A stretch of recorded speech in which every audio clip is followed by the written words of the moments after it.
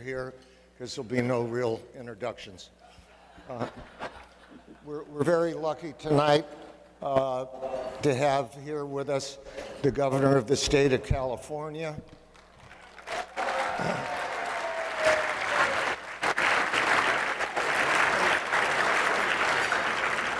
A community college trustee, a former Secretary of State, former governor of the state of California, chair of the state Democratic Party, mayor of Oakland, governor of the state of California. I give you our great governor and a great friend of mine, Governor Jerry Brown.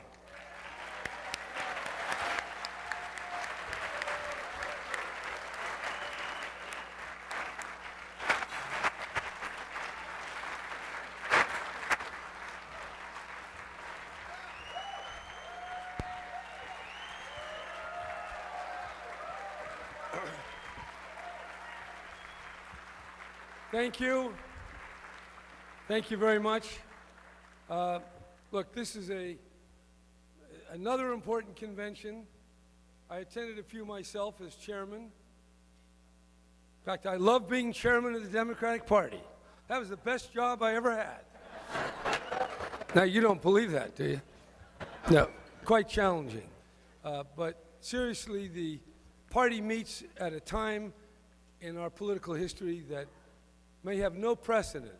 We've never had a political party make such outlandish statements about so many different topics. I mean, it's amazing. If 5 years ago somebody would have said we had Trump and Cruz in the Republican Party running for president, no one would believe it. But they're there. And our challenge is to make sure that that kind of low comedy, bad politics, bad values, and really totally out of sync with America makes no traction in this country. That's why we got to win this election and win it big. But obviously, people are angry. They're angry at a lot of things going on, so I think it's not a time to be complacent or to rest on achievements. Things are doing pretty well, but we don't want to be too overconfident. It was only a few years ago that people were saying California was a failed state and you ought to move to Texas. Well, the price of oil dropped. So take that, Texas. The next thing.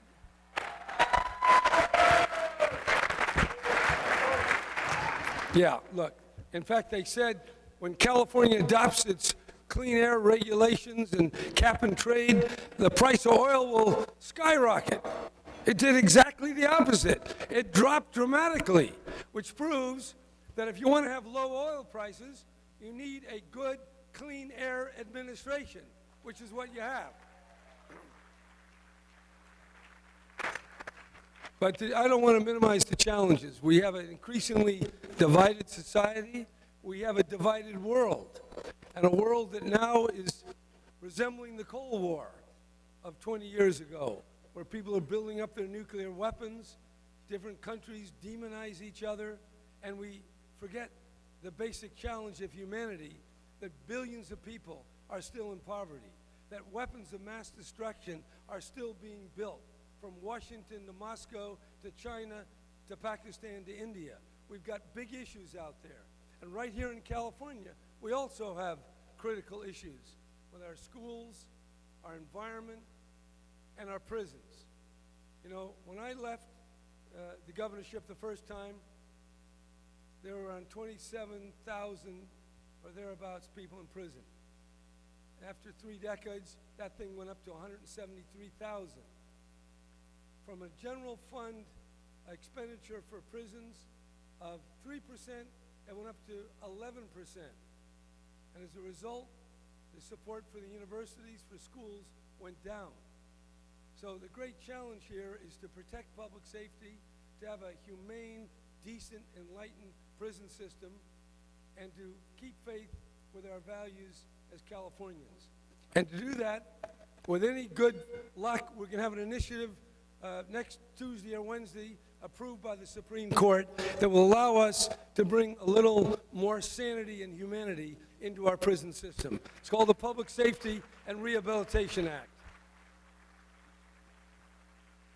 I hope you'll get behind it. It's important, it's reasonable, and it's been well thought out. Lots of other stuff in California. We are leading the way in climate change. And I don't want to minimize, there's no quick fix here. It's not, stopping this or that only. We got 32 million cars using 330 billion gallons of oil, 330 billion gallons of oil. So we got to go to electric cars, electric trains, electric buses. We have to create land use where people can walk to where they work, be much closer. We got to recapture carbon in our soils and in our forests. It's a real transformation, and it's something that also creates jobs, because when you solve a problem, you use human beings to do it. And that is really what we're doing. We're taking care of business, we're taking care of problems, and we're putting people to work with good wages, prevailing rates, project labor agreements. It's pretty amazing.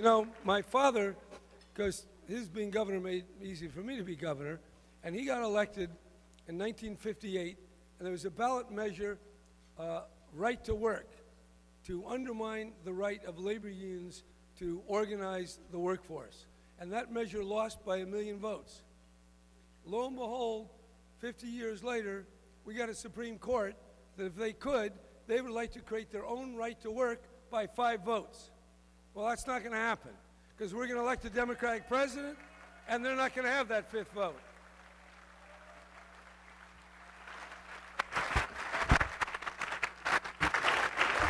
So, you've heard a lot of speeches, and I've given a lot of speeches already.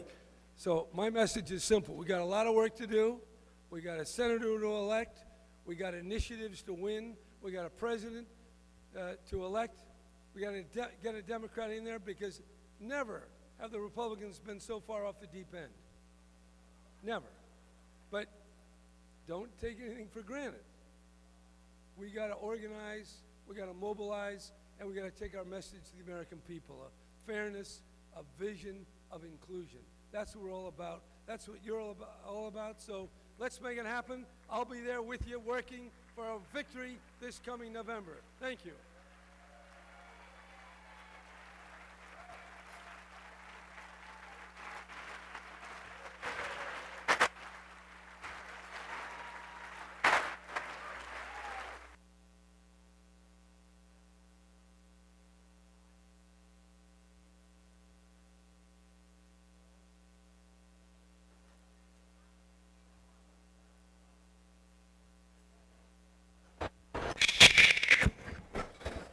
Let's hear it once more for Governor Brown.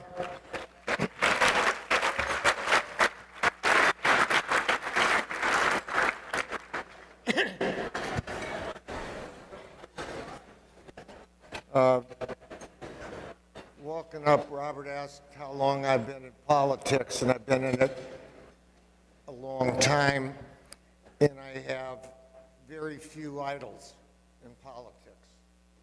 Because the closer you are to something, the less you're really amazed by it.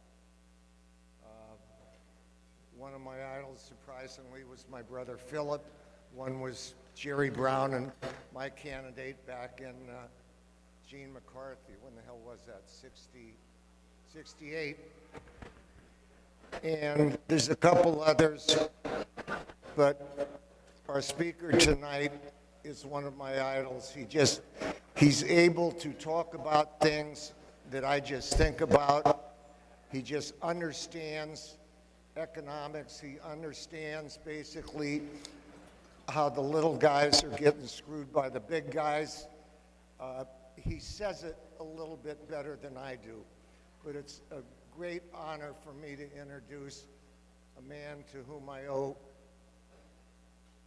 a hamburger for several years. Former Secretary of Labor, professor at the University of California, Robert Reich.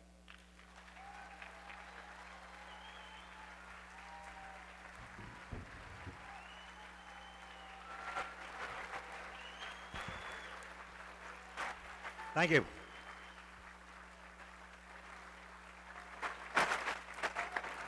Thank you, John Burton, and congratulations to John Burton for 60 years of commitment to California politics.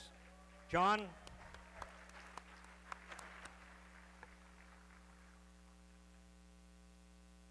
California Democrats, I cannot imagine a better state in which to be a Democrat than California.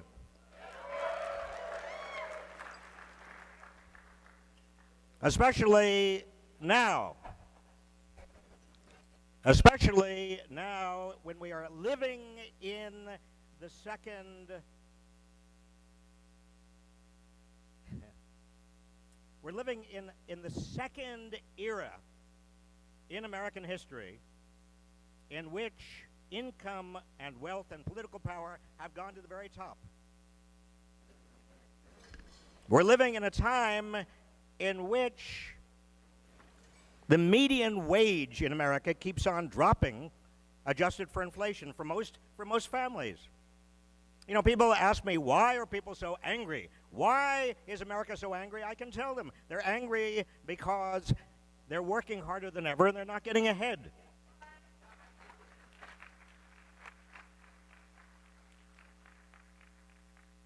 Now, I thought what I'd do tonight, courtesy of David Letterman, and I would actually try to deal with and share with you the top 10 mythologies perpetrated by a lot of people in American politics, most of whom call themselves Republicans. Now, I'm going to go through the top 10. Now, it was hard to select the top 10. And there were so many possibilities, but I want to go through the top 10, and we will start with mythology number 10. The job creators are CEOs and wealthy investors. That is not the case. The job creators are the middle class and the poor. If they don't get paid enough, if they don't have enough purchasing power, there's nobody who's going to be a customer. There's nobody who's going to consume. Workers are consumers. Consumers are workers. In other words, the real job creators in America are people with money in their pockets from work who go in and they create incentives for businesses to create more jobs. Without customers, there won't be jobs. That's myth number 10. It is a big one. Don't buy it. Don't fall for it. Myth number 9. Unions are bad for the economy.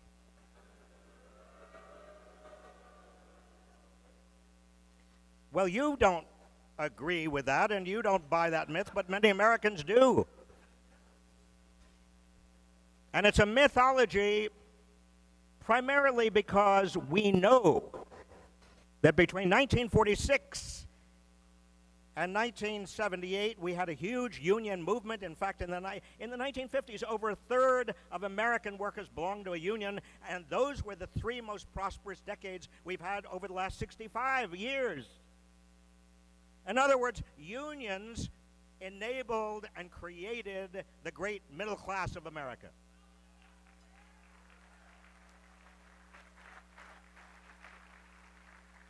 And one of the great problems the great middle class has is we don't have stronger and strong enough unions in America. And we've got to rebuild the union movement. Okay, here's one. This is number 8. Are you ready for this one? The basic economic choice is between the free market and the government. Who is laughing over there? Well, you know why this is a mythology, because you can't have a market without government setting the laws and the rules by which the market is organized. And the real question is not whether you have a government or market. The real question is who's influencing the organization of those laws and rules. And the problem is, too much of the time, the people who are influencing those laws and rules are the people who have a huge amount of wealth, large corporations, Wall Street, They are the ones that are perpetrating the myth that the great choice is between government and market. Okay, number 7. The basic political choice is between a large or a small government. That's not true. The basic political choice is between a government that works for most people and a government that works for a small elite because they've been setting the rules. You see how these work together? You see how they fit together? Okay, mythology number 6. The rich pay a higher percentage of their incomes in taxes than lower income people.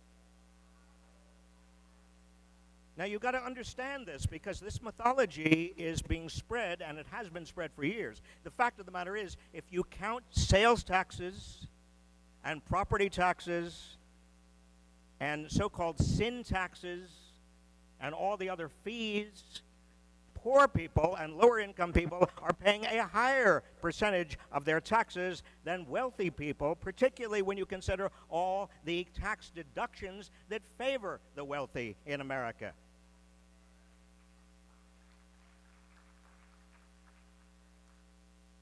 Mythology number 5. Teachers' unions are responsible for the poor performance of many of our schools. Well, you don't believe that, and I don't believe that, but too many Americans seem to be buying the propaganda. The problem that American schools have is we are not investing enough in those schools.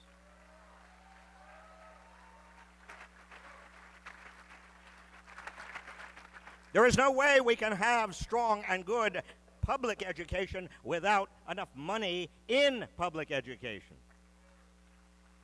And by the way, in terms of getting consistently talented people in the classroom, the law of supply and demand is not repealed at the classroom door. If we want good, solid, talented people, men and women, to consistently go into teaching, we have got to pay them enough.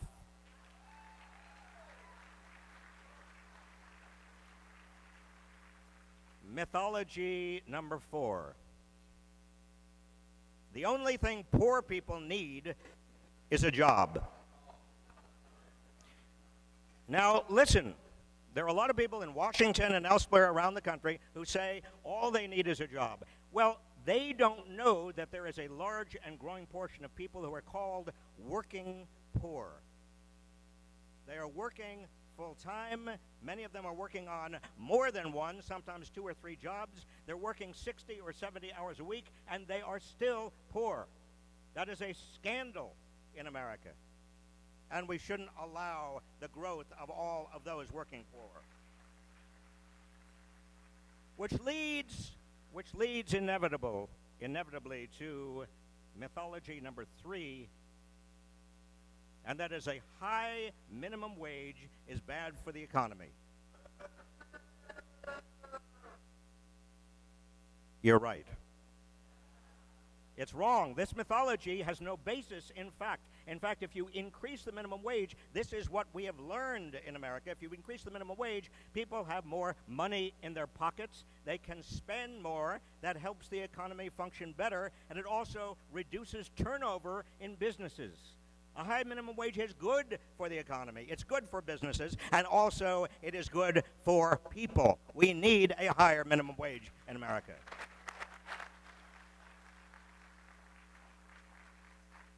And finally, we get to mythology number 2. High taxes drive away business. Where's the boo? Can I please have a boo? Thank you. Now, California is an example. A lot of people say, well, California taxes are so high, California is driving away businesses. That is actually not true. Businesses are moving to California because California is a place that has talent, it has opportunity, it has a climate like that can't be believed. In fact, years ago, I came from Massachusetts. I even ran for governor of Massachusetts once. My platform was I promised that if they elected me governor, I would lead them to California. I did not get elected governor of Massachusetts. But we know that high taxes don't drive away businesses because taxes in places like Kansas are very, very low, and businesses are leaving those states because they're coming to states like California that have investments in public infrastructure, that have investments in basic R&D, that have investments in the kinds of things businesses need. And finally, we come to mythology number one.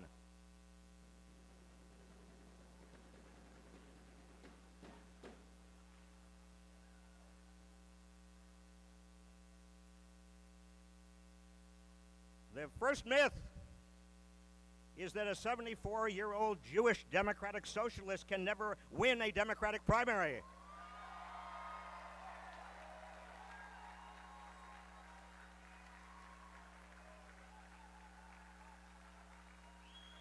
Let me just say something. Let me just say something about this. I have known and admired and worked with and respected Hillary Clinton for just about 50 years. In fact, 49 years ago this week, she was a freshman at Wellesley, and I was a sophomore at Dartmouth College, and I asked her out on a date, and she accepted. That's all I'm going to tell you about that date. Except that in 2008, a reporter for the New York Times called me up one day and said, you know, we found a collection of her letters from college, and she mentions that she went out on a date with you. Is there anything that you can tell me about that date that might shed light on her performance as a president? And I put my tongue firmly in my cheek, and I said, well, all I remember is we went to a movie, and she wanted an inordinate amount of butter on her popcorn. And then there was silence. And I said, are you still there? And he said, yes, I'm just writing this all down. Now, I think very highly of Hillary Clinton, but yesterday I formally endorsed Bernie Sanders. But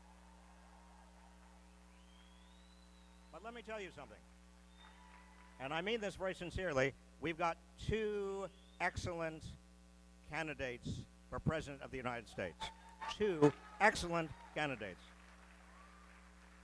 And what keeps me up at night worrying, quite frankly, and it should keep you up and it should keep every American up, is the group of clowns that they have on the other side of the aisle. I've never seen anything like this. You hear those Republican debates, it sounds like what? It sounds like they ought to be in a mud wrestling contest. There is no dignity. There's no public policy. There are no facts. There is no logic. We must win this election.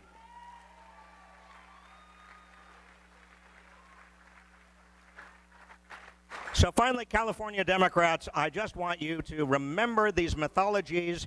You've got to educate, you've got to mobilize, you've got to help organize the public, not only in California, but all around the country. California is the leader on the environment, leader on infrastructure, leader in terms of having a Democratic Party that is actually doing something for the people and capable of doing something for the people, and we must show the rest of the country how it can be done. Thank you.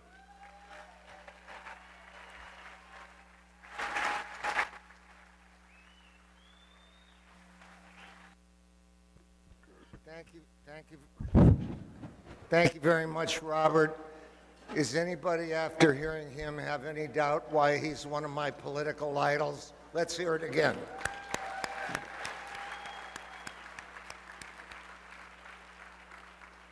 Thank you all. Enjoy the rest of the convention. Good night.